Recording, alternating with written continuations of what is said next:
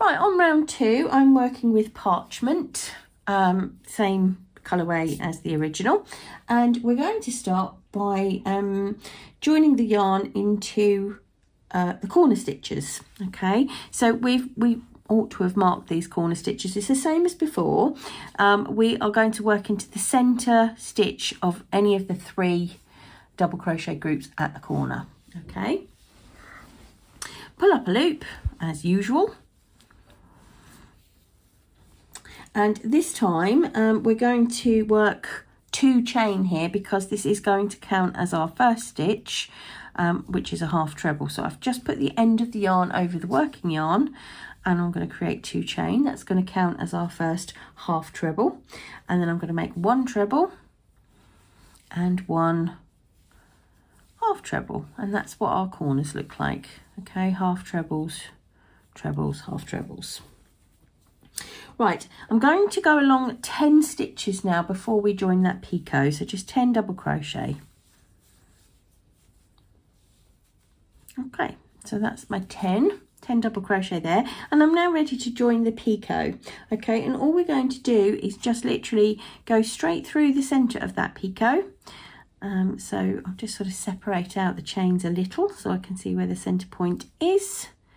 Pop my hook through and I'll go into the next double crochet on the frame at the same time, and that is simply it. That's how we've joined our picot to the next round of the frame. So it's not terribly difficult, and just wanted to show you that. So that's really all I think that is important or unusual about this round. So I shall whiz round and finish it and we'll move on.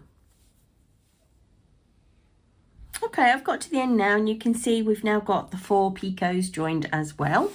And I haven't fastened the yarn off because we're going to make another round in this same colour.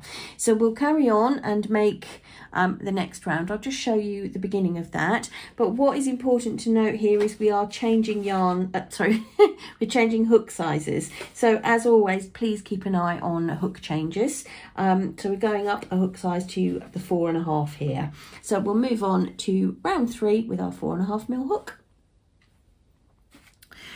Right, I've got my 4.5mm hook. I've slip stitched to join at the corner and I'm going to make 1 chain. Now this does not count as my first stitch, and what I'm going to do is I'm going to make sure my first stitch is made into the corner stitch, so the top of the treble.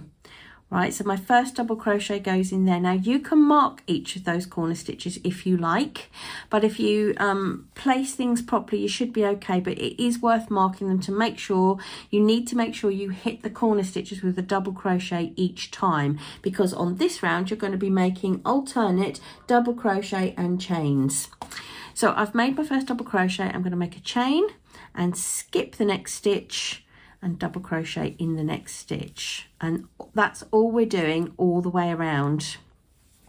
So you just need to make sure that you are skipping stitches and making those chains, because we need those chains to make little clusters in. All right, so that's all we're going to do, and as I said, if you work things correctly you should hit a double crochet in every corner.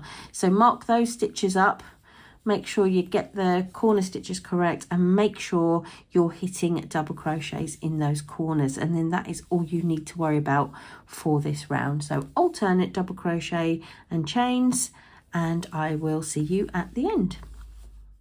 Okay, so I've come all the way around my square and I'm now back to the beginning. So I'm going to make one last, I've made my chain, one last chain, and I'm just going to slip stitch into the top of the first double crochet that I made at that corner and fasten that off, and we are ready to move on to the next round. But let's just have a little look at what that looks like.